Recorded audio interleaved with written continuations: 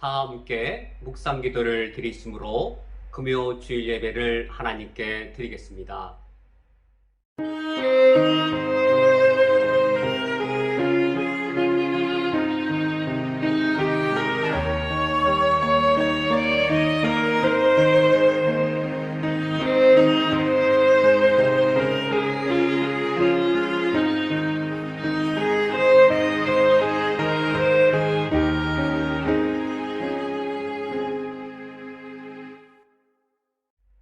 내 이름을 경외하는 너희에게는 공의로운 해가 떠올라서 치료하는 광선을 비추리니 너희가 나가서 외양간에서 나온 송아지같이 뛰리라. 아멘.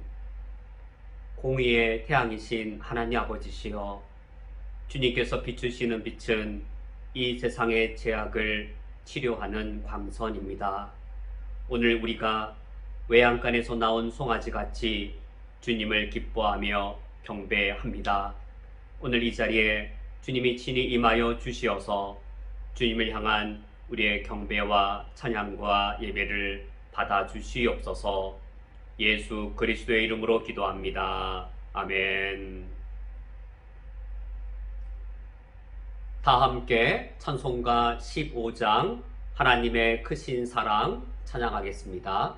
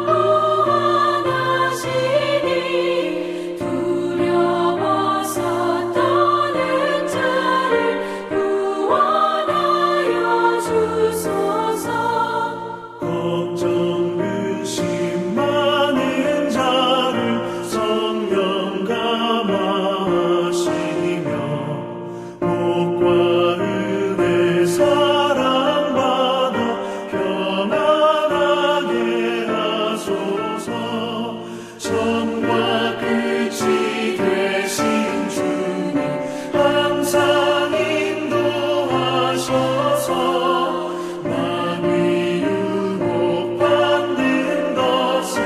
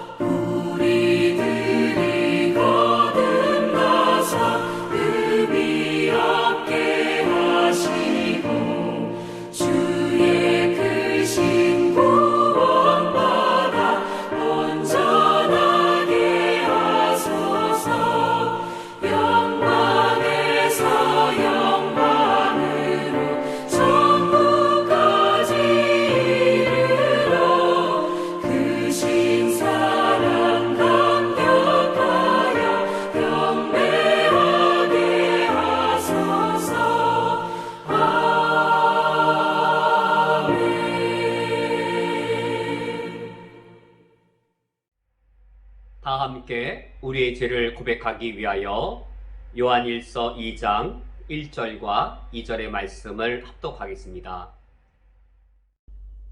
나의 자녀들아, 내가 이것을 너희에게 쓰면 너희로 죄를 범하지 않게 하려 함이라. 만일 누가 죄를 범하여도 아버지 앞에서 우리에게 대언자가 있으니 곧 의로우신 예수 그리스도시라. 그는 우리 죄를 위한 화목제물이니 우리만 위할 뿐 아니요 온 세상의 죄를 위하심이라. 아멘. 다 함께 묵상으로 우리의 죄를 하나님께 고백하겠습니다. 주여, 주여, 우리를 불쌍히 여기소서. 그리스도여, 그리스도여, 우리를 불쌍히 여기소서. 주여, 주여, 우리를 불쌍히 여기소서.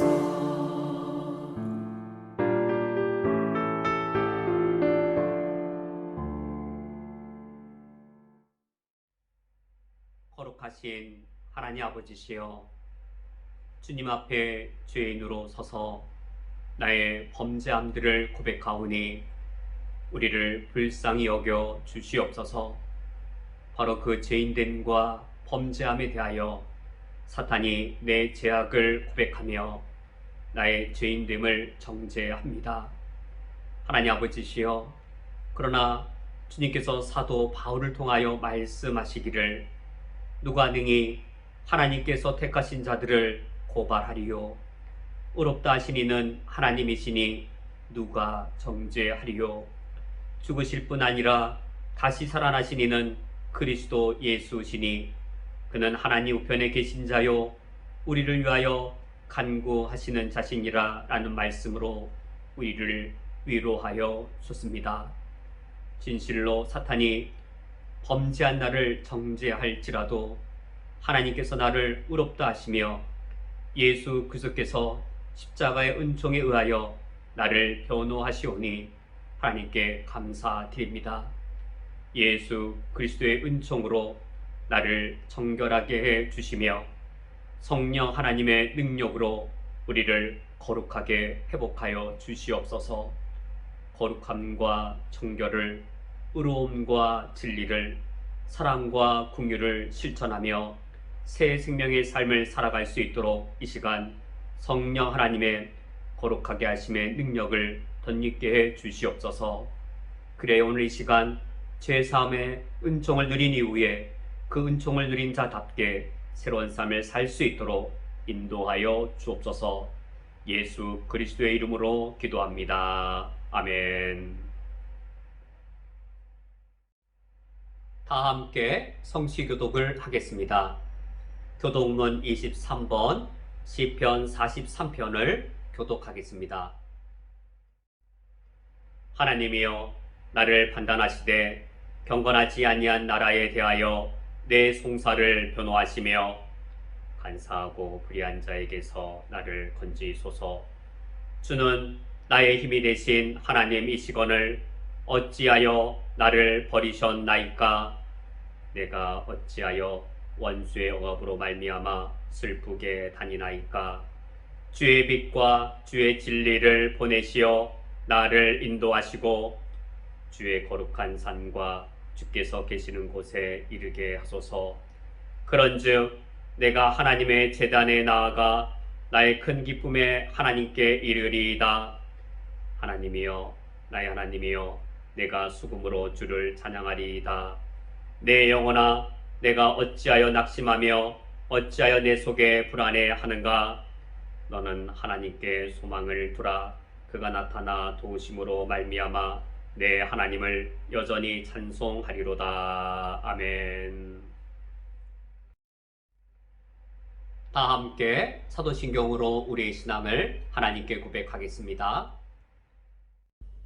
전능하사 전지를 만드신 하나님 아버지를 내가 믿사오며 그 외아들 우리 주 예수 그리스도를 믿사오니 이는 성령으로 잉태하사 동정녀 마리아에게 나시고 본디오 빌라도에게 고난을 받으사 십자가에 못 박혀 죽으시고 장사한 지 사흘 만에 죽은 자 가운데에서 다시 살아나시며 하늘에 오르사 전능하신 하나님 우편에 앉아 계시다가 저리로서 산자와 죽은 자를 심판하러 오시리라.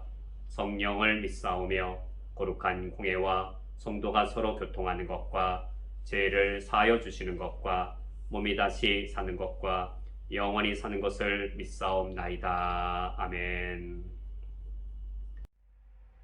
다 함께 찬송가 93장 예수는 나의 힘이요 찬양하겠습니다.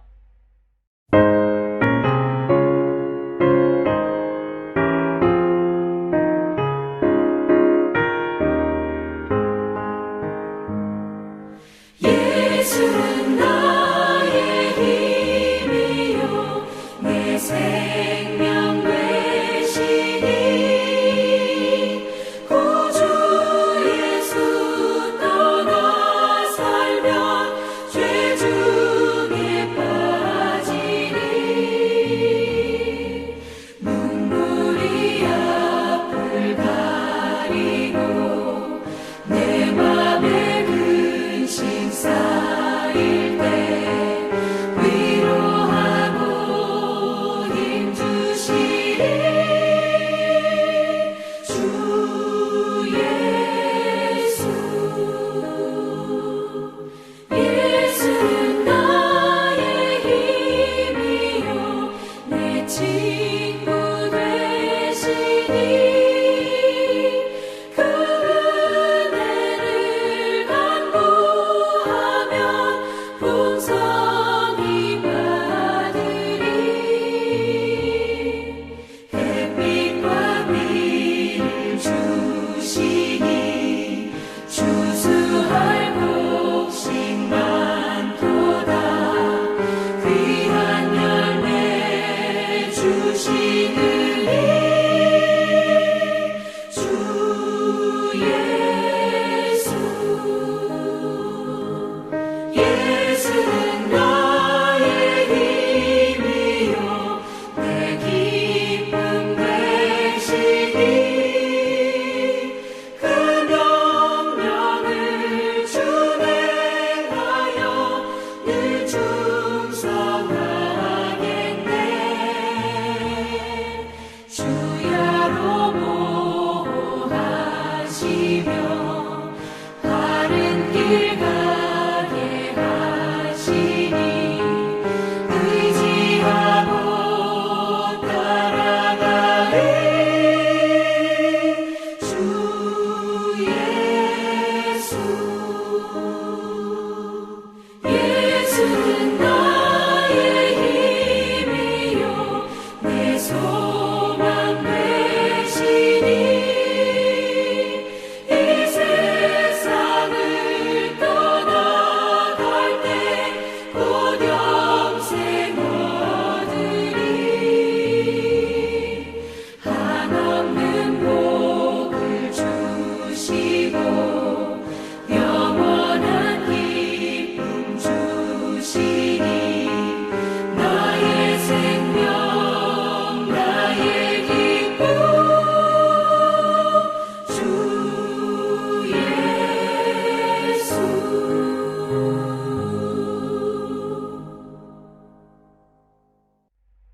성경 봉독하겠습니다. 오늘 성경 말씀은 신약 성경 고린도후서 9장 5절부터 7절까지의 말씀입니다. 오늘 성경 말씀을 제가 봉독해 드리겠습니다. 그러므로 내가 이 형제들로 먼저 너희에게 가서 너희가 전에 약속한 연보를 미리 준비하게 하도록 권면하는 것이 필요한 줄 생각하였노니 이렇게 준비하여야 찬 연보답고 억지가 아니니라. 이것이 곧 적게 심는 자는 적게 거두고 많이 심는 자는 많이 거둔다 하는 말이로다. 각각 그 마음에 정한 대로 할 것이요 인색함으로나 억지로 하지 말지니 하나님은 즐겨내는 자를 사랑하시느니라. 아멘. 다 함께 기도하고 말씀을 듣겠습니다.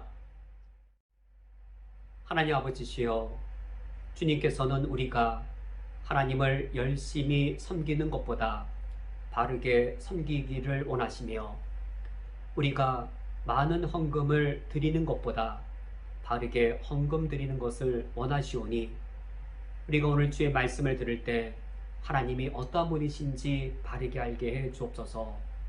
나의 주, 나의 하나님, 주님이 어떠한 분이신지 바르게 알 때 비로소 우리가 하나님을 바른 목적으로 믿으며 바른 방식으로 섬길 수 있습니다.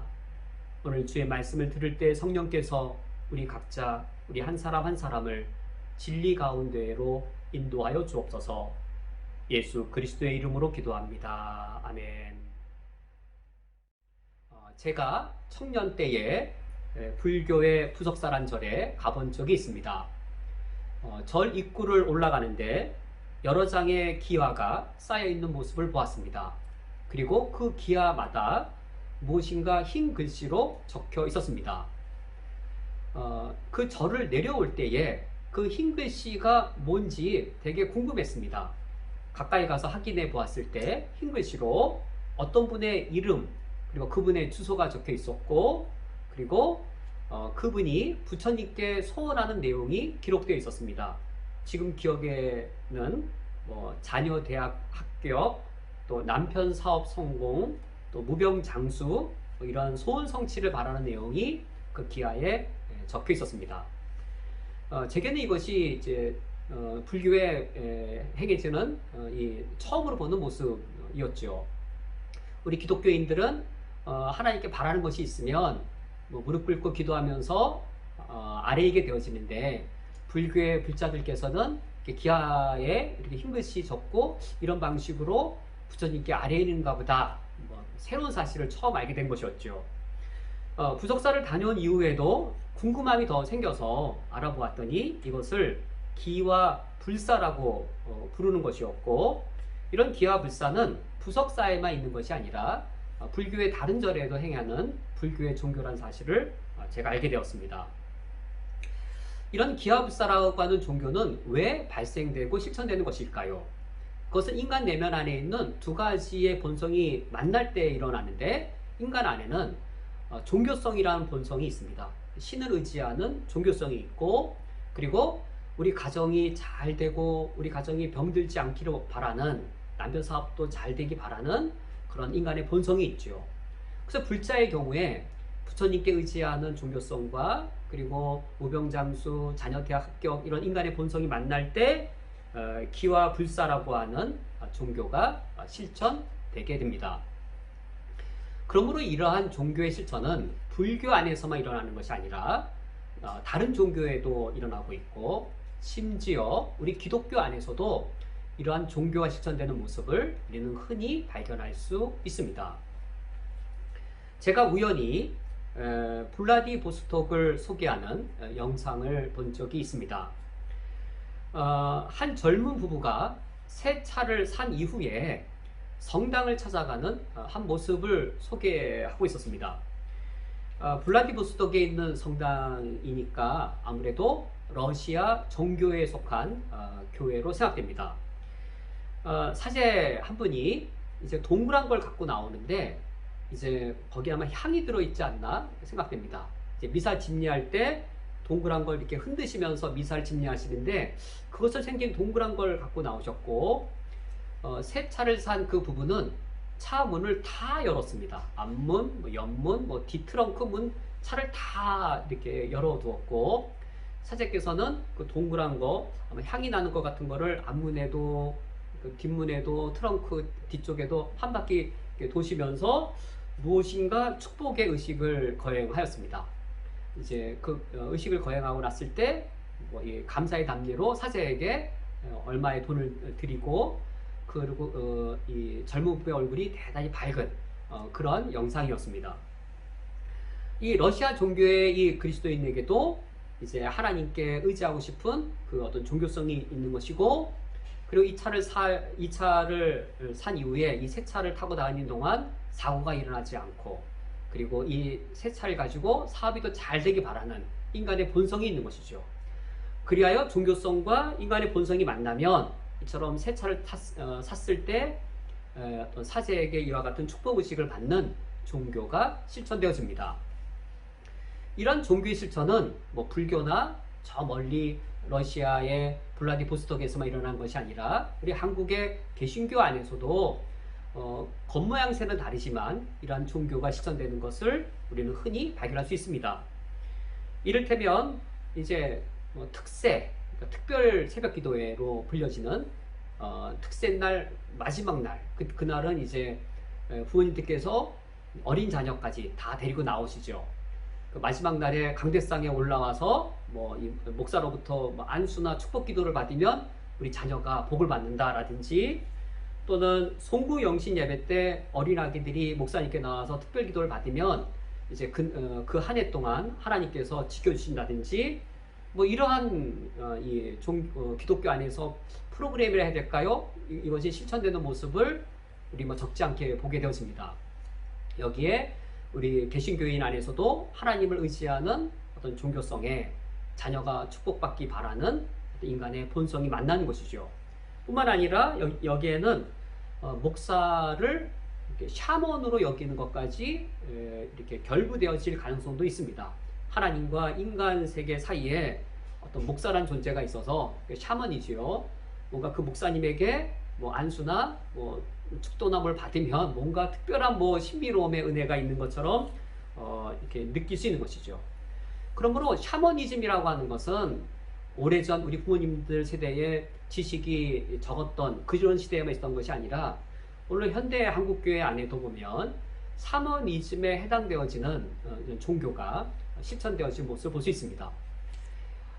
우리 기독교인들이 하나님을 섬길 때 종교성과 인간의 본성을 따라서 섬기면 기독교가 이방 종교랑 별 차이가 없어지는, 부석사에 있는 불자들께서 이제 기도하는 내용들, 남편 사업 성공, 자녀 대학 합격, 무병장수, 그렇게 기도하는 내용이나, 기독교인들이 하나님 아버지 앞에 새벽 기도 나와서 항상 기도하고 가장 중요하게 기도하는 내용들이 사업 성공하게 해주시고 우리 자녀 잘 되게 해달라고 하는 기도일 때에, 사실 기도 내용만 놓고 딱 보면 불자들이 부처에게 기도하는 내용이나 그리스도인들이 하나님께 기도하는 내용이나 내용에 있어서나 그 간절함과 진실함에 있어서 특별히 큰 차이가 없을 수도 있는 것이죠.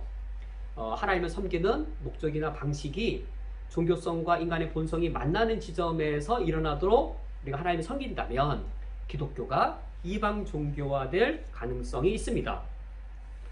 제가 이제 우연히 한 신부님의, 캐톨릭 방송의 한 신부님의 강연을 제가 들은 적이 있습니다.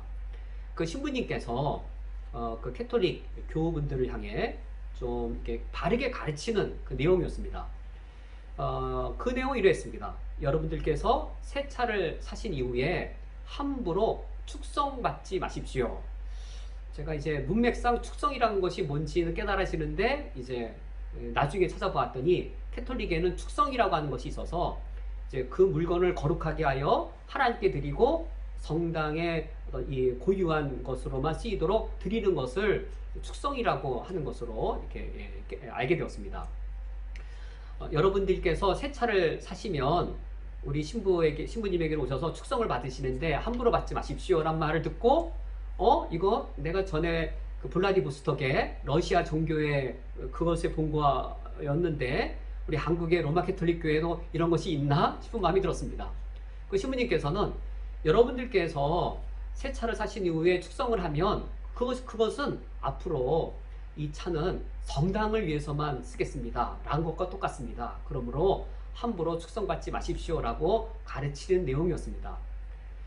왜 불교 안에서 일어나는 일이 로마 캐톨릭 안에서도 옳지 않은 것인데 왜 로마 캐톨릭의 신자들이 신부님에게 그걸 요구하고, 그리고 또 저 멀리 러시아 종교에서도 그런 일이 일어난 것일까요? 그리고 왜 우리 개신교 안에서도 일어난 것일까요? 우리 교회 안에서 종교성에 인간의 본성이 만나는 지점에서 일어나는 종교를 실천했을 때, 하나님을 의지하고 그리고 우리 자녀가 잘 되길 바라는데 오늘 목사님이 축도를 해준 겁니다. 이때 무엇이 충족되어지나요? 나의 종교성이 충족되어지고 나의 본성이 충족되어졌을 때 우리는 흔히 위로받았다, 오늘 은혜 받았다라고 표현하는 겁니다. 기독교가 종교성과 인간의 본성이 만나는 지점에서 그런 지점에 종교를 실천할 때에 기독교가 바른 기독교가 되는 것이 아니라 허약한 기독교가 되거나 이방 종교가 되어지는데, 오히려 그 지점에 오늘 내가 하나님의 큰 위로를 받았다, 용기가 생긴다, 내가 이제는 이 차를 몰고 나가서 새 차를 가지고 돈도 많이 벌 것 같다, 격려를 받고 위로를 받고 힘을 얻는, 그러면 이제 이 한편으로 교회가 뜨거울지 모르겠고 또 열정이 일어나는 것 같지는 모르겠지만, 그것의 본질은 기독교가 이방 종교화 되어지고 또는 허약한 기독교로 머무는 것이 되어집니다. 그러므로 우리가 하나님을 섬길 때 우리가 조심할 점은, 종교성과 나의 인간의 본성이 만나는 지점에서 만들어지는 종교를 실천하고자 하는 것이 아니라 성경의 가르침을 따라 기독교 신앙으로 하나님을 섬기고자 해야 됩니다. 그런데 이 성경의 가르침이 우리 종교성을 거스를 때가 많고 우리 인간의 본성을 거스를 때가 많습니다. 여기에 상당히 우리가 하나님 아버지 앞에 나는 그리스도인이고 그러므로 나는 단순히 이방 종교처럼 하나님 섬긴 것이 아니다라고 하는 사실을 먼저 확고하게 우리 자세를 확립할 필요가 있습니다.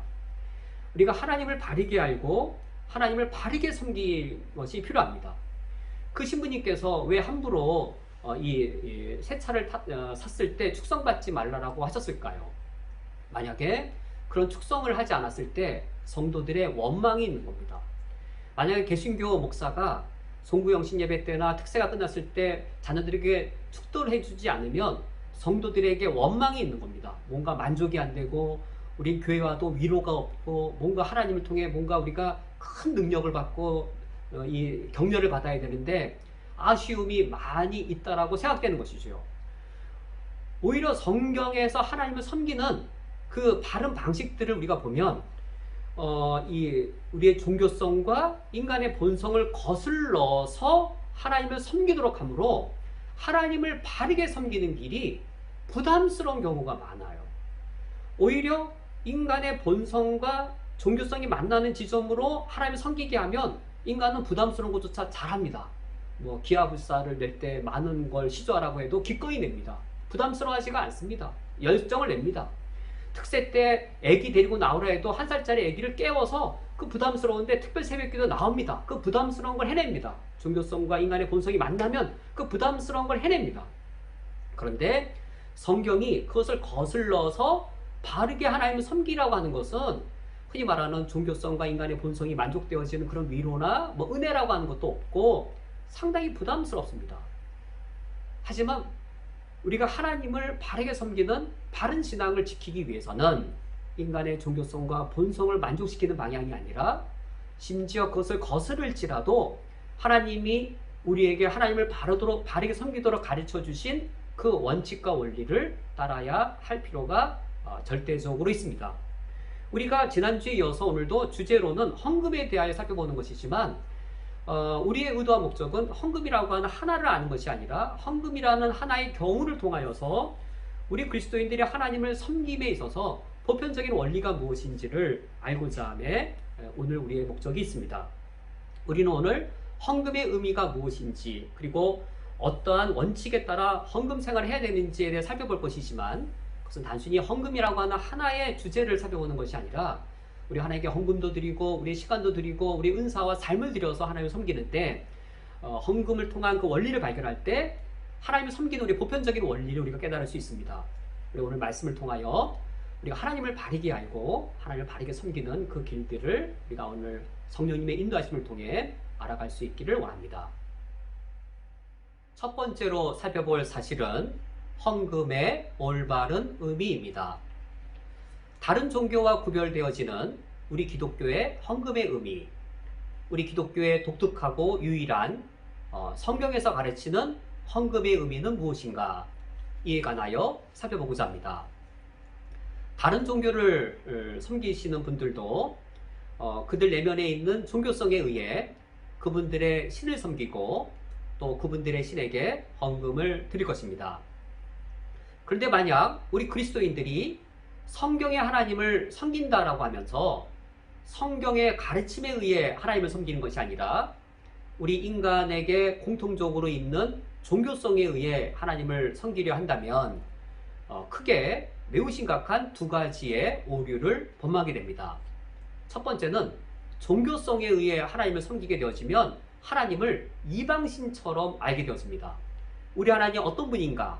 이방신처럼 하나님이 이 이방신의 그릇된 신인 것처럼 하나님을 아는 지식이 잘못되게 됩니다. 두 번째 오류는 이 첫 번째 오류에서 기인된 것인데, 하나님을 아는 잘못된 지식은 헌금을 그릇된 의미와 동기로 이 헌금을 드리도록 만듭니다. 즉 하나님을 이방신처럼 알게 할 뿐만 아니라 이방인들이 헌금을 이방신에게 드리는 것처럼 우리들도 이방 종교의 헌금처럼 헌금을 드리도록 만드는 것이지요. 우리는 이 사실을 이방인들을 보며 명확하게 알 수 있습니다. 이방인들이 종교성에 의해 신을 섬길 때 그들이 신을 바르게 알고 있나? 그리고 그들이 신에게 헌금을 드리는 것이 정말로 올바른가? 이방인들이 종교성에 의해 섬기는 모습을 볼 때 이 두 가지 오류를 범하는 것을 우리가 확인할 수 있습니다.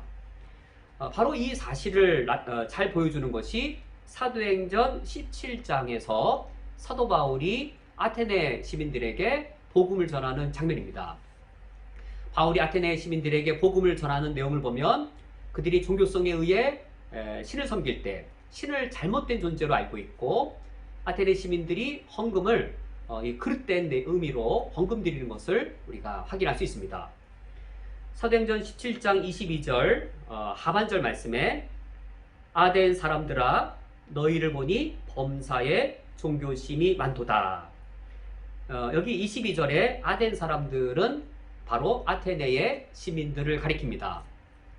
바울은 아테네의 시민들을 가리켜서 범사에 종교성이 많은 사람들이라고 말하고 있습니다. 우리가 아테네 하면 가장 먼저 떠오르는 것, 이제 파르테논 신전 떠오르겠고, 또 이 제우스, 또 비너스, 헤라클레스와 같은 그리스 신화에 나오는 그런 신들이 떠오르게 됩니다. 종교성이 많았던 아테네의 사람들, 이처럼 여러 신들의 이야기를 만들고 또 그들의 신을 섬기기 위해 파르테논 신전을 비롯하여 여러 신전을 지었던 종교성이 많았던 그런 아테네의 시민들이었습니다. 그들을 향해서 23절 말씀에 바울이 이처럼 말합니다. 23절 하반절 말씀에 그런즉 너희가 알지 못하고 위하는 그것을 내가 너희에게 알게 하리라. 이 말씀에 보면 너희가 알지 못하고 위하는 그것, 종교성을 따를 때 너희들이 신을 섬기긴 섬기는데 알지 못하고 섬기는 부분이 있지 않느냐. 너희들이 알지 못하고 있는 그 부분, 이제 이하의 내용을 보면 신에 대하여 잘못 알고 있고, 그리고 신에게 헌금 드리는 것 잘못되게 신을 섬기고 있는데, 그 사실들에 대하여 내가 너희에게 알게 하리라 라는 그 선언, 종교성에 의하여 그릇되게 알고 있는 지식, 그것을 내가 교정시켜 주겠다라고 바울이 말하고 있습니다. 24절 말씀에 보면 우주와 그 가운데 있는 만물을 지으신 하나님께서는 천재 주제시니 라고 말하는데, 이 표현에서 종교성으로 아테네 시민들이 이미 알고 있는 것이 나타나 있습니다. 우주와 그 가운데 있는 만물을 지으신 하나님. 아테네의 시민들도 그들의 양심과 또 경험을 통해서 우주와 그 만물을 바라볼 때 이제 인간의 종교성이 또 자극이 되는 것이죠. 또 종교성으로 알게 되었습니다. 이 세상이 이렇게 질서 있게 코스모스의 우주를 이루고 있는 것은 창조주가 있기 때문이다라고 아테네의 이 시민들도 그들의 종교성에 의해 창조주의 존재를 알았습니다. 그래서 그 창조주, 그 신들을 섬기기 위해 파르테논 신전을 지었을 것이고, 그 신들을 섬기기 위한 여러 단들을 만들고 신화를 또 지어낸 것이지요. 이처럼 종교성으로도 신의 존재를 알고 신을 예배해야 된다는 사실까지는 알았지만 그들이 결정적으로 그릇되게 알고 있는 사실이 있었습니다. 우리가 두 가지를 바울이 지적하는 것을 알 수 있는데, 첫 번째가 24절 하반절이고 두 번째가 25절인데, 첫 번째로 24절 하반절에 손으로 지은 전에 계시지 아니하시고, 만물을 지으신 창조주께서는 사람이 손으로 지은 전에 계시지 아니하신다. 바울이 지금 아테네 시민들에게 무슨 사실을 지적하고 있는 것인지요? 왜 아테네 시민들은 종교성에 의해 신을 섬겨야 된다는 것을 알고 난 이후 파르테논 신전을 지었겠는지요? 파르테논 신전은 아마 그 당대에 최고의 석재를 재료로 했을 것이고 최고의 건축 기술을 이용했을 겁니다. 그러면서 우리 집보다 더 좋은 집이어야 된다. 제우스 신이 거하는 이 집이야말로 우리 인간이 거하는 거처 중에 최고의 집을 지어야 된다라고 그들은 생각했을 겁니다. 최고의 건축술과 최고의 석재와 최고의 웅장함을 가지고 파르테논 신전을 지었을 겁니다. 그러나 그것이 왜 신에 대해 합당하지 않는 것인지요? 만물을 지은 창조자 하나님, 정말 참된 신이라면 그런 사람의 손으로 지은 집이 있어야 거처가 마련되어질 수 있겠는지요? 만약 그런 존재라면 신일 수 없는 것이지요. 신이 이처럼 사람 손으로 지은 건물에 거처를 정한다면 그 자체가 신일 수 없는 것이지요. 이미 2000년 전에 사도 바울이 이러한 종교성의 오류를 또 그릇됨을 지적하였음에도 불구하고 2000년이 지난 우리 한국교회 안에서 하나님께 우리가 하나님을 예배하기 위해 전투기 한 대값 정도는 건축으로 해야 되지 않느냐라고 서울 강남의 가장 비싼 땅에 전투기 한 대값을 들여서 화려한 이 예배당을 지었습니다. 이러한 인간의 종교성을 자극하면 건축 헌금을 내는 것이죠. 인간의 종교성을 자극해서 하나님의 역사를 위해, 하나님을 위해 우리가 인간으로서 할 수 있는 최선의 하나님의 집을 지읍시다라고 인간의 종교성을 자극을 하면, 그리고 거기에다가 인간의 본성, 하나님께 건축 헌금을 주면 하나님이 우리에게 복을 주실 것입니다라고 인간의 본성까지 자극을 하면 건축 헌금을 할 때 하나님 아버지 앞에 열정적으로 이 건축 헌금을 하게 되는 것이지요. 하나님을 잘못 알 때 헌금의 의미가 이처럼 뒤틀리게 되어집니다. 두 번째로 24절에 바울이 25절에 두 번째로 바울이 시작하고 있는 두 번째 오류, 또 무엇이 부족한 것처럼 사람의 손으로 섬김을 받으신 것이 아니니. 참된 창조주가 계셔서 천주의 주제시라면 무엇이 부족한 것처럼 사람의 손으로 섬김을 받아야 되는 존재였겠느냐? 고대 근동에 이제 이방 신전에 가서 보면 신전지기들이 아침이 되어지면 신들의 얼굴을 깨끗하게 닦아주었다고 합니다. 왜냐하면 돌이나 나무로 만든 신이 스스로 세수를 할 수 없었기 때문에 손이 움직일 수 없지요. 신전지기들이 이제 신들을 깨끗하게 세수를 시켜주었다고 하는데, 그런 존재라면 정말로 사람의 도움을 받아야 되는, 부족한 것이 있어서 사람의 섬김을 받아야 되는 존재가 있다면 신이 아닌 거죠.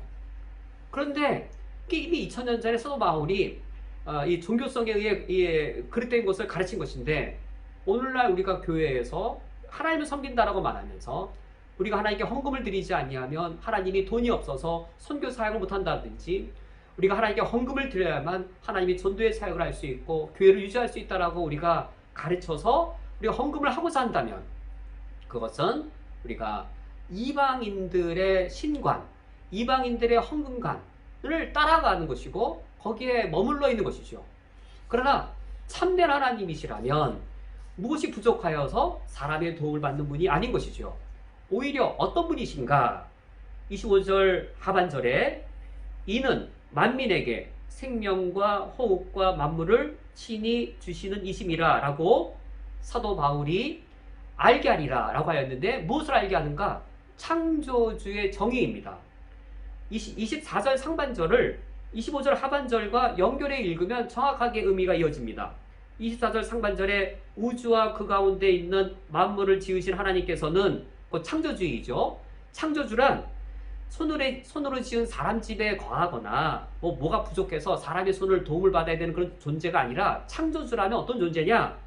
창조주의 정의가 25절 하반절인 것이죠. 만민에게 생명과 호흡과 만물을 친히 주시는 이런 분이 창조주라.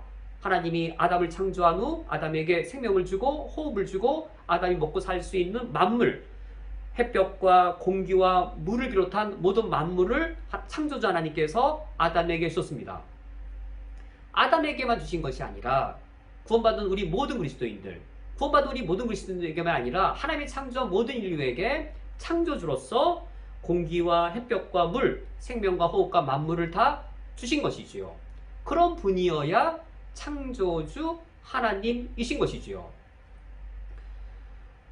하나님이 무엇인가 부족해서 우리의 도움이 필요하고, 그러므로 부족한 하나님, 부족한 것이 있는 하나님, 그분에게 우리가 무엇인가 헌금을 드려야 되는 것이 아닌 것이죠. 이러한 식이 바로 이방인의 헌금 개념입니다. 이방인들의 헌금 개념은 내 것을 그들의 신에게 드리는 겁니다. 내가 갖고 있는 것을 신에게 드리면서 비나이다 내가 지금 이번 달에 100KD를 드립니다. 내 소득에 100KD를 드려오니 내가 빌고 비는 이 기도 제목 이루어 주옵소서. 사업도 잘 되게 하시고 우리 자녀 대학도 가게 하시고 내 것을 드려오니 내가 정성을 가득 담아 드립니다. 200KD를 드립니다. 300KD를 드립니다. 정성을 가득 담아서 드려오니 나의 정성을 보고 신이시여 내 소원을 들어주옵소서. 이게 바로 이방인의 헌금입니다. 종교성과 인간의 본성이 만나서 이런 식의 이방인의 종교가, 헌금의 종교가 실현되는 것이지요. 그러나 우리 그리스도인들이 하나님께 헌금을 드릴 때에는 하나님이 나의 주인이시기 때문에 하나님께 헌금을 드리는 겁니다. 이중적으로 나에게 주인이십니다. 첫 번째가 창조주이시기 때문에 나의 주인이십니다. 창조주로서 나에게 생명과 호흡과 만물을 주셨습니다. 햇볕과 물과 공기를 주셨습니다. 내가 갖고 있는 모든 것 다 내 것이 아니라 하나님이 내게 주신 것입니다. 그러므로 하나님이 내 존재, 내가 갖고 있는 모든 것의 창조주이심으로 이미 주인이신데 내가 하나님께 반역하여 죽을 죄인이 되었습니다. 이때 예수 그리스도께서 십자가에 죽고 부활하심으로 핏값으로 나를 사셨습니다. 그리하여 구원주가 되셨으므로 나의 주인이 또다시 되어서 이중적으로 나의 주인이신 겁니다. 그러므로 우리 그리스도인들이 하나님을 창조주로 고백하고 나의 예수 그리스도를 나의 구원주로 고백하면서 하나님께 헌금을 드릴 때 이 헌금이란 내 것을 하나님께 드린 것이 아니라 하나님께 내가 갖고 있는 것 다 하나님께 받은 겁니다. 하나님께 받은 것을 그 중에 일부를 하나님께 드림으로 내게 있는 모든 것, 내 생명과 호흡과 만물 다 하나님의 소유인 것을 고백하고 인정하는 것이 됩니다. 우리가 지난주에 고린도 후서 5장의 말씀을 보면서 이 지난주 본문 헌금을 드리는 태도, 그리고 헌금이 사용되어지는 이 내용들, 그리고 헌금의 정의, 이 세 가지의 말씀을 지난주 살펴보았는데 그 중에 고린도후서 5장 5절의 말씀이 헌금의 정의입니다. 헌금을 드릴 때 그 정의는 헌신이었죠. 제가 다시 한 번 더 지난주 5장 5절 말씀 읽어드리면 우리가 바라던 것뿐 아니라 그들이 먼저 자신을 죽게 드리고 또 하나님의 뜻을 따라 우리에게 주었도다. 우리에게 헌금을 주었도다 란 말이죠. 마게도냐 교회 그리스도인들이 헌금을 하기 전에 먼저 헌신, 자신의 몸을 하나님께 드리는 헌신의 다짐으로, 그 다짐의 표현으로 헌금을 드린 것이었습니다. 왜 마게도냐 그리스도인들이 헌금을 드릴 때 내가 갖고 있는 재물 중에 일부를 드리면 되지 왜 하나님께 헌신을 다짐하는가? 이것이 기독교의 헌금의 의미이기 때문입니다. 하나님이 나의 창조주이시고 나의 구원주이셔서 나의 주인이시기 때문인 것이죠. 이러한 하나님께 내가 가진 모든 것이 하나님께로부터 왔다라는 고백을 다양하게 하려고 하다 보니 교회의 헌금의 종류도 다양하게 되었습니다. 우리 교회만 하더라도 11조 헌금, 감사 헌금, 또 성교 헌금, 또 이 추정 헌금, 다양한 헌금들이 있지요. 이것은 성도님들이 이 헌금들의 종류들을 의무적으로 율법적으로 다 드려야 됩니다라는 그런 의도와 목적이라기보다도 그렇게 해석한다면 성경의 가르침에 일치되지 않습니다.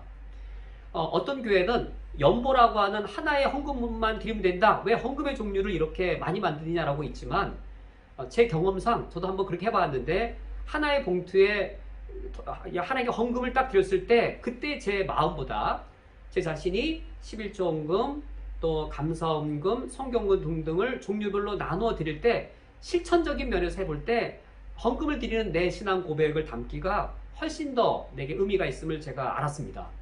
11조 헌금을 드리면서 나의 주인은 하나님이시고 나는 하나님께 속한 자입니다 라고 하는 신앙 고백을, 성경금을 드리면서 나를 구원한 예수 그리스도의 복음이 땅끝까지 전파되기를 내가 정말로 소망합니다.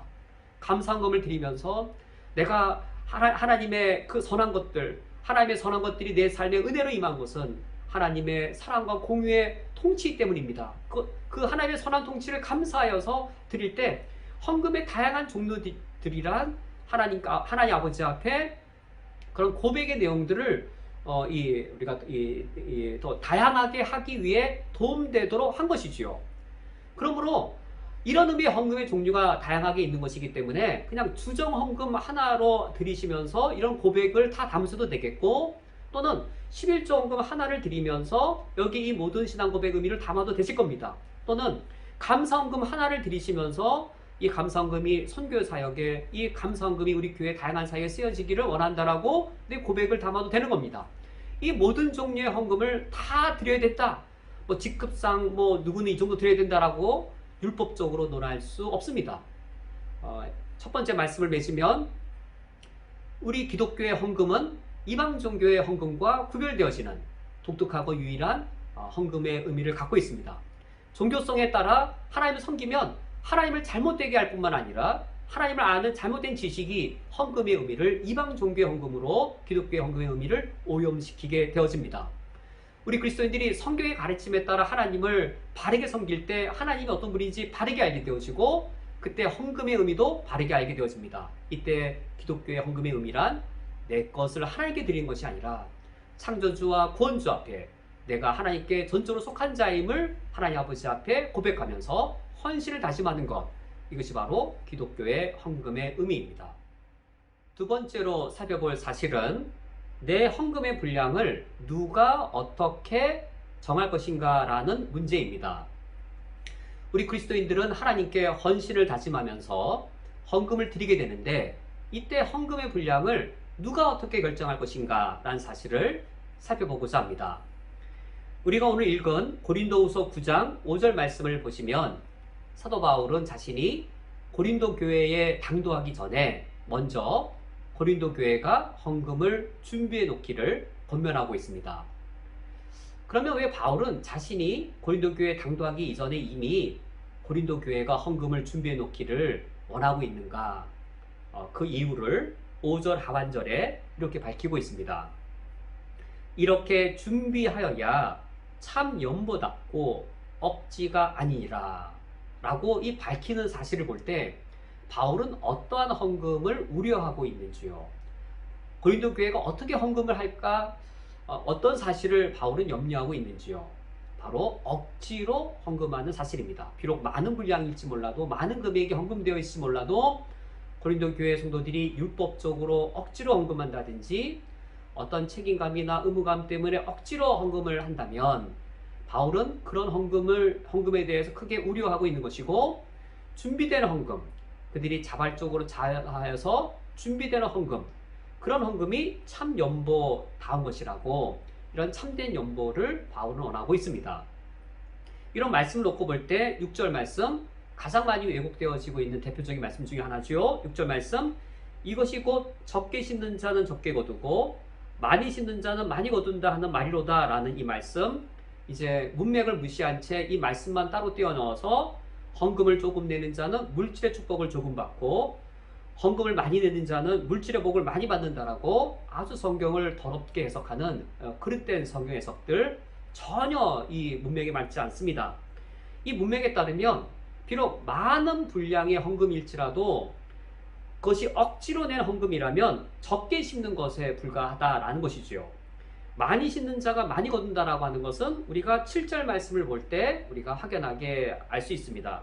7절 하반절에 인색함으로나 억지로 하지 말지니 하나님은 즐겨내는 자를 사랑하시느니라 라고 하여서, 많이 심는다라고 하는 것은 그 액수가 비록 적을지라도 하나님 아버지 앞에 내가 자발적으로 자원하여 즐겨내는 것이라면 그것이 하나님 보시기에 많은 분량의 재물이 될 것이고, 예수님께서도 과부의 두 렙돈 가장 큰 헌금이라고 말씀하신 예수님의 해석과도 정확하게 일치하는 것이지요. 과부의 두 렙돈 얼마나 적게 심은 것인가요? 그러나 과부가 자신에 속한 전부를 즐겁게 낼 때 예수님께서는 그것을 가장 크게 드린 헌금으로 평가하신 것, 같은 이치가 되어집니다. 바울이 지금 인색함이 들 정도로 내가 율법적으로 내려 할 때에, 또는 강요하여 책임감 때문에 내고자 할 때에 내 마음에 억지로 내는 것, 억지로 내려고 큰 금액을 하려다 보니 내 마음에 인색함이 드는 것, 이것은 바울이 가장 크게 우려하고 있습니다. 바울이 당도하기 전에, 그렇다면 미리 헌금이 준비가 되어져 있으려면 헌금의 액수가 정해져야 되는데, 그렇다면 누가 정하는 것일까요? 7절 상반절에 각각 그 마음에 정한 대로 할 것이요. 내가 하나님께 헌금을 드릴 때, 내가 하나님께 헌신을 다짐하며 헌금을 드릴 때 누가 정하는 것인가요? 각각 그 마음에 정한 대로 하는 것입니다. 이것이 성경의 원리입니다. 고린도 후서 9장 7절에 한 번만 등장하는 원리가 아니라 신약 성경의 또 다른 본문에도 등장하고 신약 시대뿐만 아니라 구약 성경에서도 등장하는 원리입니다. 하나님께 헌금을 드릴 때 내 헌금의 분량을 누가 정할 것인가? 각각 스스로 정한다라고 하는 것은 신약 성경의 또 다른 성경에도 등장하고 구약 성경에까지 등장하는데, 먼저 또 다른 이 신약 성경의 말씀을 보면 사도행전 11장 29절입니다. 사도행전 29장 말씀에 제자들이 각각 그 임대로 유대에 사는 형제들에게 부조를 보내기로 작정하고 라고 되어 있어서, 여기 부조를 보낸다는 것은 오늘날 우리로 말하면 이제 경제력이 있는 교회가 경제적으로 어려운 유대 지역의 가난한 그리스도인들에게 구제헌금을 드리는 그 장면입니다. 이때 제자들이 어떤 모두 다 백해디씩 해라 라든지 또는 율법적으로 어떤 책임감과 의무감을 강요해서 억지로 내게 한 것이 아니라 각각 헌금을 드리겠습니다. 여기서도 헌금의 원리가 각각 드리는 것이었습니다. 각각 드리되 어떤 A라고 하는 제자는 부유할 것이겠고 B라는 그리스도인은 경제적으로 넉넉하지 못할 겁니다. 또는 C하고 D, 그리스도인이 똑같은 월급을 받지만 C라는 그리스도인은 가족이 많아서 필요치가 더 많을 것이고, 또 D라는 그리스도인은 같은 월급이지만 필요치가 더 적을 수도 있는 것이죠. 그것은 각각 자신의 경제력은 자신이 제일 잘하는 겁니다. 그래서 헌금의 금액을 누가 어떻게 정할 것인가? 누가 정하는 것이냐면 각각 스스로 정하는 것입니다. 어떻게 정할 것인가? 그 힘대로 정하는 것입니다. 그 힘대로라고 할 때 그것은 자신만 압니다. 우리 가정의 경제 상황을 내가 잘 알지 누가 잘 알겠는지요? 우리만 아는 것이지요. 자기 자신이 아는 것이지요. 내 경제력과 나의 상황을 스스로 살펴보아서 미리 준비된 헌금을 내가 이 정도라면 내 마음에 인색함이 안 들겠다. 이 정도의 금액이라면 내가 즐겁게 낼 수 있겠다라고 하는 것을 각각 그 힘대로 정하게 하고 있는 것입니다. 이처럼 각각 그 힘대로 정하는 원리는 이 신약 시대에만 적용되는 원리가 아니라 구약 성경에서도 동일하게 하나님께 헌금을 드릴 때에 이 시대를 뛰어넘는 신약 시대든 구약 시대든 모든 시대의 하나님의 백성들이 하나님께 드리는 헌금의 원리로 나타나 있습니다. 신명기 16장 17절 말씀에 각 사람이 내 하나님 여호와께서 주신 복을 따라 그 임대로 드릴지니라 라고 하여서 누가 내 헌금의 분량을 정하는 것인가요? 각 사람입니다. 스스로가 정하는 겁니다. 각 사람이 어떻게 무엇을 따라 드리는 것인가요? 복을 따라 그 임대로 드릴지니라. 하나님께서 내게 복을 주신 것에 따라 하나님께 드리되, 하나님이 내게 복을 주신 그 경제력을, 내 힘을 모아서 스스로 정하여 하나님께 드리는 것이지요. 이렇게 각각 스스로 자신의 것을 정하는 것, 이 원리가 헌금에만 적용되는 것이 아니라 우리 신앙생활의 보편적인 원리입니다. 보편적인 원리. 그래서 부모가 신앙생활 잘한다고 하여서 그 신앙생활 잘하는 복이 자녀에게 저절로 이어지는 것이 아닌 것이죠. 자녀가 신앙생활 잘했다고 해서 예수 믿지 않는 부모가 더불어 구원받는 것 아닌 것이죠. 각각 하나님 아버지 앞에서 각각 스스로 정하는 이 원리는 보편적인 신앙생활의 원리이고 헌금에도 적용되는 원리가 되어집니다. 이처럼 하나님 아버지 앞에서 스스로 각각 정하는 것을 교회의 법률 용어로는 양심의 자유라고 합니다. 저는 장로교회 목사인데 장로교회 교회를 이루는 헌법이 있습니다. 장로교 헌법에 8가지 원리가 있는데, 헌법의 8가지 원리 중에 첫 번째가 되어지는 제1의 원리가 무엇이냐면 바로 양심의 자유입니다. 양심의 자유가 이 장로교, 더 좁혀서 말하면 이 중세 캐톨릭 교회로부터 종교 개혁을 한 이후 개신교의 교회에, 특히 이제 장로교회는 더 특별히 이 양심의 자유를 지극히 강조하고 있습니다. 제가 다른 교파 헌법을 몰라서 다른 교파까지 모르겠고, 종교 개혁의 원리와 정신에 따라 양심의 자유를 최고의 교회 원리로 따지고 있습니다. 우리가 이 교회 역사를 보더라도 양심의 자유가 왜 중요한지를 우리가 또 느껴볼 수 있습니다. 한국의 장로교는 이 미국의 장로교가 뿌리가 되었습니다. 미국의 이 영적 각성 운동이 일어날 때에 20대 초반의 젊은 청년들이 선교사로 자원하게 되어집니다. 그 중에 언더우드를 비롯한 젊은 선교사님들이 계셨고, 그분들이 한국의 선교사로 오셔서 한국의 장로교가 된 것이지요. 이런 미국의 장로교는 그 뿌리가 어디냐면 영국의 청교도입니다. 영국의 청교도들이 왜 영국을 떠나 미국으로 가게 되었는지요. 신앙의 자유를 찾아서 미국 땅으로 간 것이었습니다. 영국에 있을 때 하나님을 섬길 그 양심의 자유를 억압받은 후 그들이 미국으로 건너가서 이제 이 신앙의 자유, 양심의 자유, 하나님 아버지 앞에 스스로 내 신앙을 지킬 양심의 자유를, 그 가치를 알게 된 것이고, 그래서 그런지 장로교의 헌법의 제1조가 바로 양심의 자유입니다. 성경 구절에 각각 하나님께 헌금을 드리도록 그 액수를 정하도록 한 것, 그것은 우리 그리스도인들 각각의 양심의 자유에 속한 사안이 되어집니다. 그러면 양심의 자유란 것이 하나님께 시간을 드리든 하나님께 헌금을 드리든 내 마음대로, 내 방식대로, 내가 원하는 그 모양대로 아무렇게나 다 해도 상관없다라는 뜻인가? 물론 전혀 그런 사실을 가리키지 않습니다. 양심의 자유가 존중받는 이유는 여기에 있습니다. 기독교 신앙의 본질은 하나님과 나 사이의 1대1 관계, 하나님과 나 사이의 은밀하고 비밀스러운 그런 인격적인 내밀성에 있습니다. 기독교 신앙의 본질이 이처럼 하나님과 나 사이의 1대1의 은밀한 관계, 내밀한 관계, 인격적인 그 비밀스러움이 있기 때문에 양심의 자유가 존중받는 겁니다. 실제적으로 내가 하나님 앞에 선다라는 것과 내가 내 양심 앞에 선다는 것이 같은 사실이고 기능적으로 보면 같습니다. 내가 내 양심 앞에 솔직하게 서서 판단할 때, 내 영혼이 영적으로 하나님 앞에 설 때, 그것이 사실 같은 사실이고 같은 기능을 하는 겁니다. 따라서 양심의 자유라고 하는 것은 내 마음대로 내가 원하는 방식대로 무엇을 하든, 내가 낮은 기준을 세우든 높은 기준을 세우든 다 상관없다라는 그것을 말하는 것이 아니고, 하나님 앞에 서서 스스로 내 신앙에 책임을 지는 자가 되라.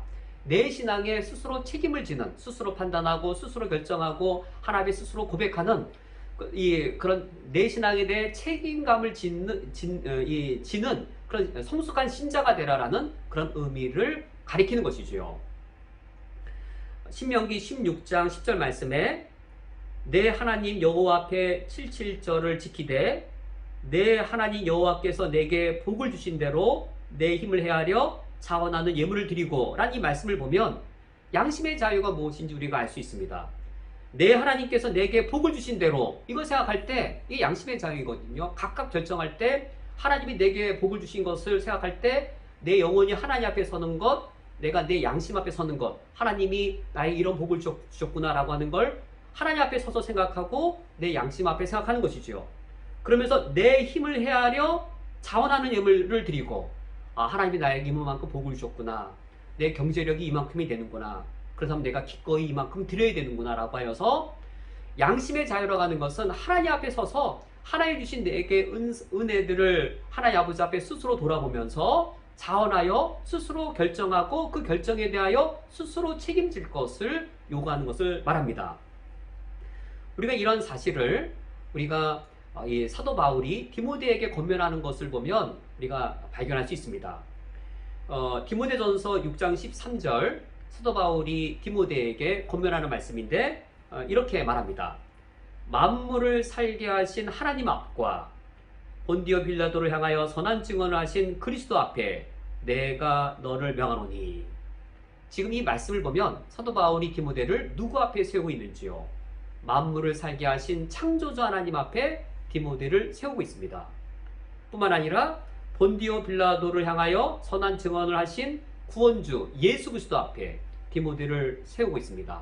그리고 그 하나님 아버지 앞에서 디모데가 자기 양심껏 바울의 명령을 듣게 하고 있습니다. 창조주 하나님의 그 은혜를 생각하면서 하나님 앞에 서고 구원주이신 본디오 빌라도에게 고난을 받고 그 고난을 통하여 내게 구원을 주신 예수 그리스도 앞에서 신앙 양심으로 바울의 권면을 듣게 하는 것이죠.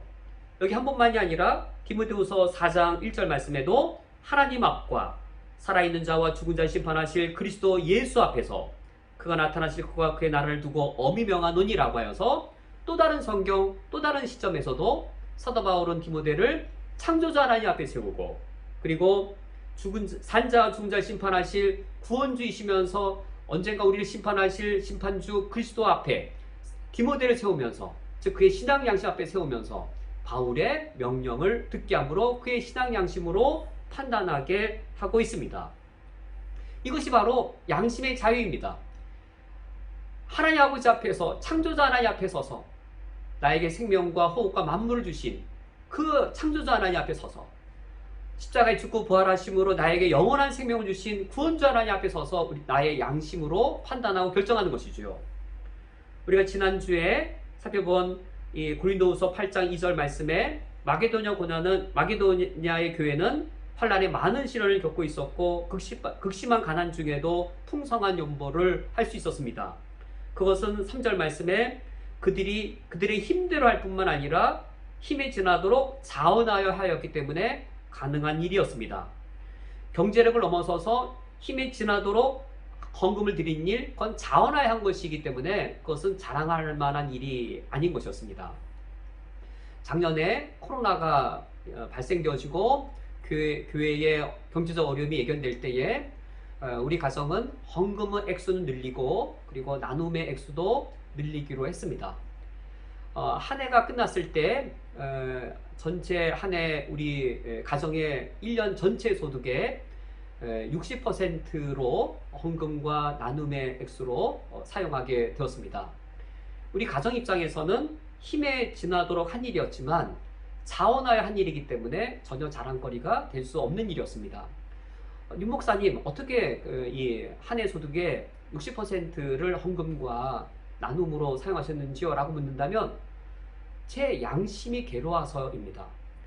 나를 구원하신 예수 그리스도 앞에 섰을 때 나에게 생명과 호흡과 만물을 주신 창조자 하나님 앞에 섰을 때 내 양심이 찔리는 것이죠. 왜냐하면 내가 목사로 있는 우리 교회 성도님 중에 나보다 더 어려운 성도님이 계시는데 내 소득의 60%를 내가 나눌지라도 그래도 나보다 더 어려운 성도님이 계시고 그리고 내가 목회자인데 나의 동료 목회자들 보면 저보다 훨씬 더 힘들고 어려운 분들이 계시는데 창조자 하나님 앞에 서고 예수 그리스도 앞에 설 때 내 양심이 괴로워서 한 일이므로 전혀 자랑할 만한 일이 못 되는 것이죠.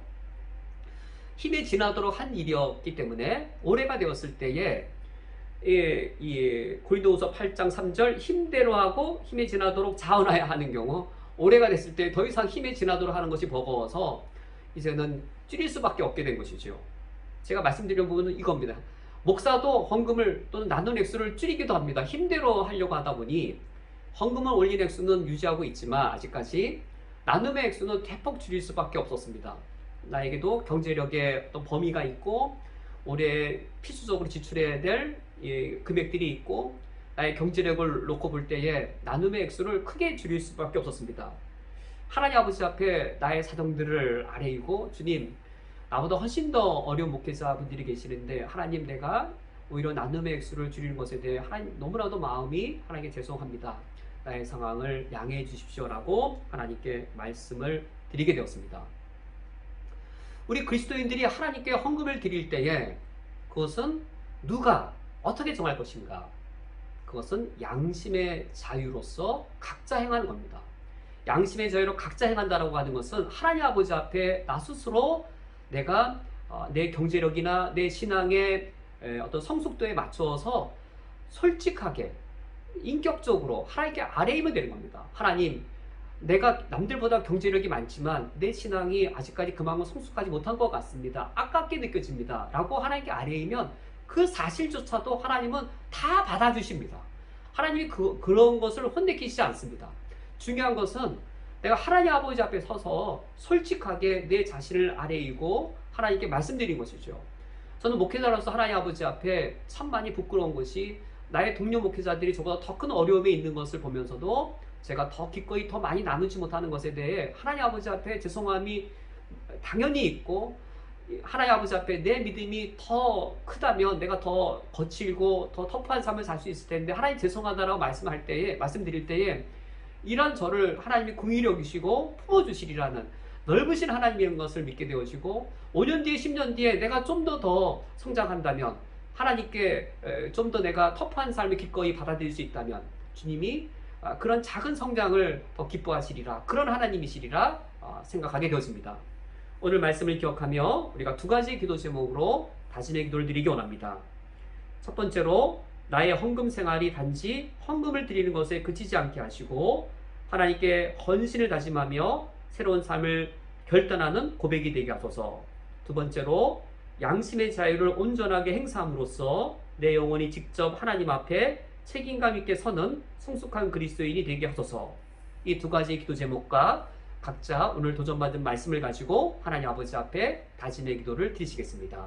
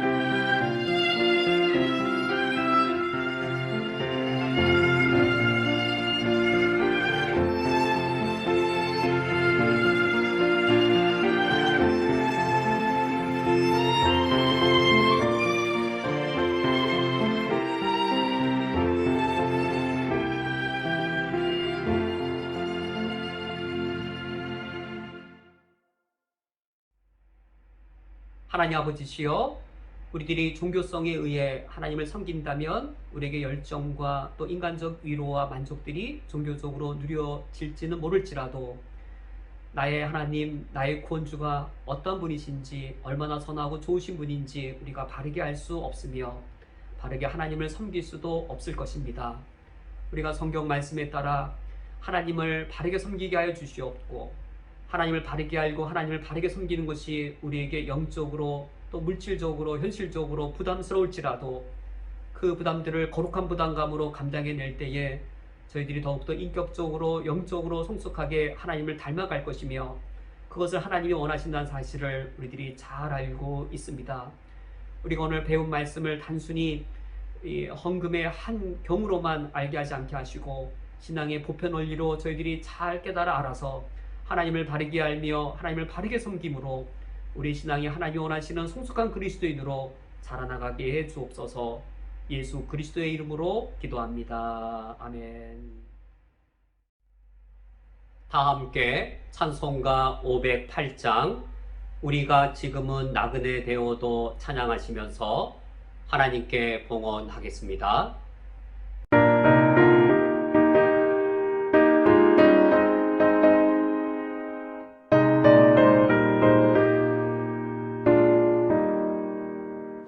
우리가 지금은 나그네 되어도 화려한 천국에 머자 나가리니 이 세상 있을 때 주 예수 위하여 끝까지 힘써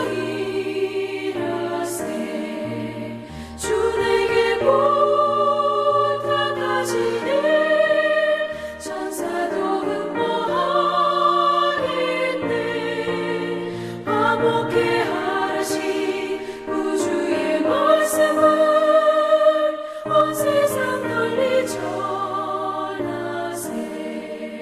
주 예수 말씀이 온 세상 만민들 흉악한 죄에서 떠나라 하시니 이 말씀 듣고서 새 생명 얻으라 이 기쁜 소식 전하세. 주 내게 부탁하시니 전사도 흥모하겠네. 화목케 하시 구주의 말씀을 온 세상 널리 전하세. 영생의 복락과 천국에 갈 길을 만 백성 알도록 나가서 전하세. 주 예수 말씀이 이 복음 전하라 우리에게 부탁하셨네. 주 내게 부탁하시니 천사도 흥모하겠네. 화목케 하시 구주의 말씀을 온 세상 널리 전하세.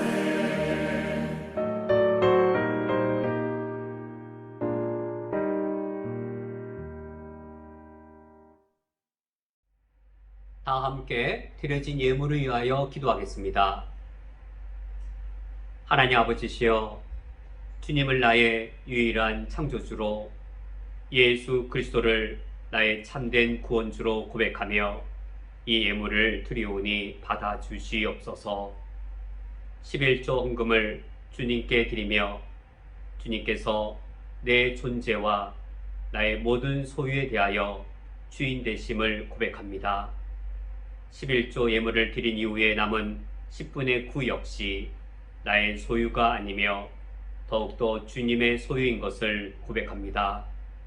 그러므로 11조 헌금을 드리고 난 이후 남은 10분의 9를 나는 단지 하나님께 재정을 위임받은 청지기로서 바르게 사용할 것을 다짐합니다. 하나님 아버지시여, 감사 헌금을 주님께 드리며 내 삶에 깃든 모든 선한 것들이 하나님의 공의와 사랑에 의해 주어진 것임을 고백합니다. 그러므로 감사 헌금을 주님께 드린 이후에 더욱더 하나님의 선하심에 의지하여 살 것을 다짐합니다. 하나님 아버지시여, 선교 헌금과 주일 헌금을 주님께 드리며 예수 그리스도의 복음으로 내가 구원받은 것을 고백합니다. 또한 나를 구원하신 예수 그리스도의 복음이 땅끝까지 전파되기를 함께 소망합니다. 하나님 아버지시여, 우리 쿠웨이트 한인연합교회는 이와 같은 고백으로 드려진 이 거룩하고 아름답고 소중한 헌금을 헛되이 사용하지 않으며 하나님께 드려진 대로 하나님의 뜻에 합당하게 집행하게 하여 주옵소서. 예수 그리스도의 이름으로 기도합니다. 아멘.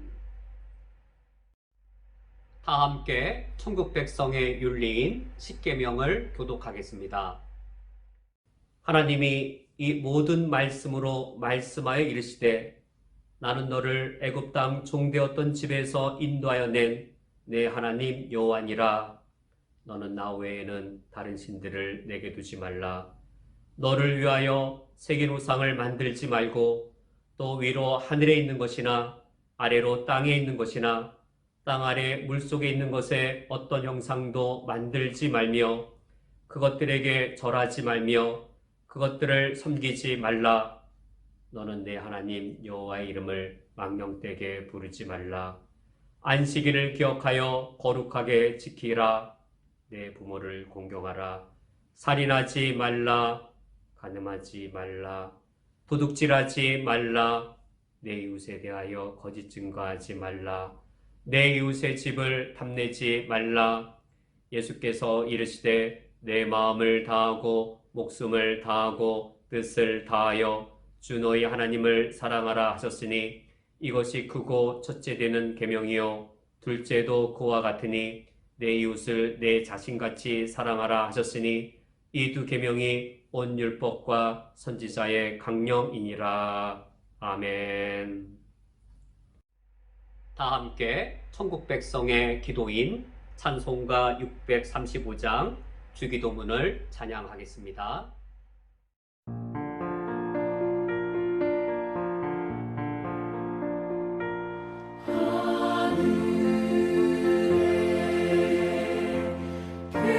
계신 아버지 이름 거룩하사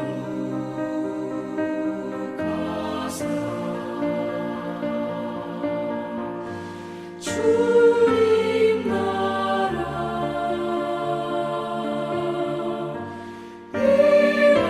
임하시고 뜻이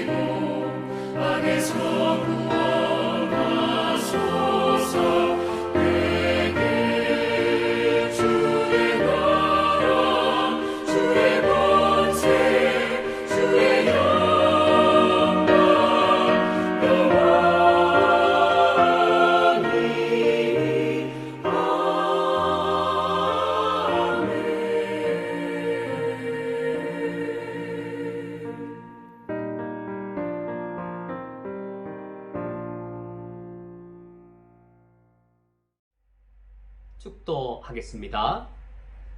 지금은 우리 주 예수 그리스도의 은혜와 하나님 아버지의 무한하신 사랑하심과 성령 하나님의 역사하심이 이 세상 속에서 하나님의 택함받은 소유로서 주의 영광을 위하여 살 것을 다짐하는 쿠웨이트 한인연합교회 위에 각 처소에서 주를 경배하는 모든 주의 권속들 위에 영원토록 함께 있을지어다. 아멘.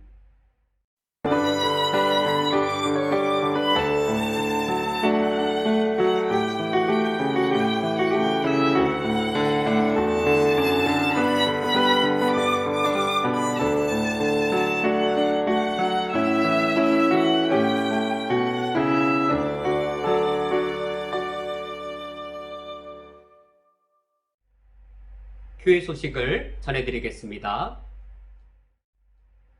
예배 안내입니다. 8월까지는 금요 주일 예배만 인터넷으로 진행되며 일요 저녁 예배와 새벽 기도는 9월에 시작됩니다. 주일학교 어린이부의 예배 영상이 밴드와 카톡을 통하여 배포됩니다. 이번 주간 중보기도 먼저 우리 교회를 위하여 기도를 부탁드립니다. 이슬람 땅에서 예수 그리스도를 예배하며 그리스도의 복음을 선포하는 교회가 되도록 그리스도인들의 공동체를 형성하며 그 그리스도의 사랑을 함께 나누는 교회가 되도록 이슬람 선교지와 선교사를 후원하는 교회로 굳건히 서 있을 수 있도록 우리 교회의 교우들을 위하여 기도를 부탁드립니다. 어려운 상황 속에서도 믿음과 양심을 지키며 사업하시는 우리 교우들의 사업장과 기업을 하나님께서 친히 안전하게 지켜주시도록 현재 경제적 어려움을 겪고 있는 가정들에게 일용할 양식과 모든 필요치들을 채워주시도록 우리 자녀들이 9월에 개학하는 학교의 새로운 수업 방식에 잘 적응하며 코로나의 위험으로부터도 안전하게 지켜주시도록 쿠웨이트 입국을 위하여 기도를 부탁드립니다. 8월에 입국해야만 하는 우리 교우들이 쿠웨이트 보건부의 입국 승인을 신속하게 받을 수 있도록 백신 접종 증명서의 승인 절차를 지원하는 대사관의 많은 업무를 위하여 새로운 쿠웨이트 입국 절차가 속히 안정적으로 확립될 수 있도록 이번 주간 기도를 부탁드립니다. 교우 소식, 현성욱 지사님 지난 8월 3일 한국으로 귀국하셨습니다. 우리와 오랫동안 신앙생활을 함께했던 현성욱 지사님, 이점숙 지사님의 가정이 하나님의 인도하심을 따라 새로운 곳에 잘 정착하시며 두 자녀 누리와 담비도 미국과 한국에서 새로운 학업을 잘 감당할 수 있기를 기원합니다.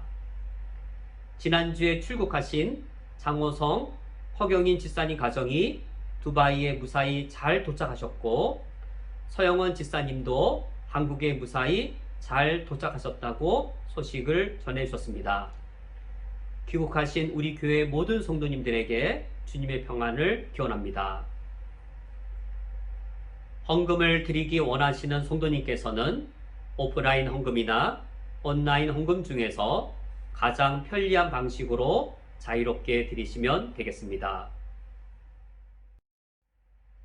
이제 옆 사람과 함께 인사 나누시면서 축복합니다. 축복성으로 폐회하겠습니다.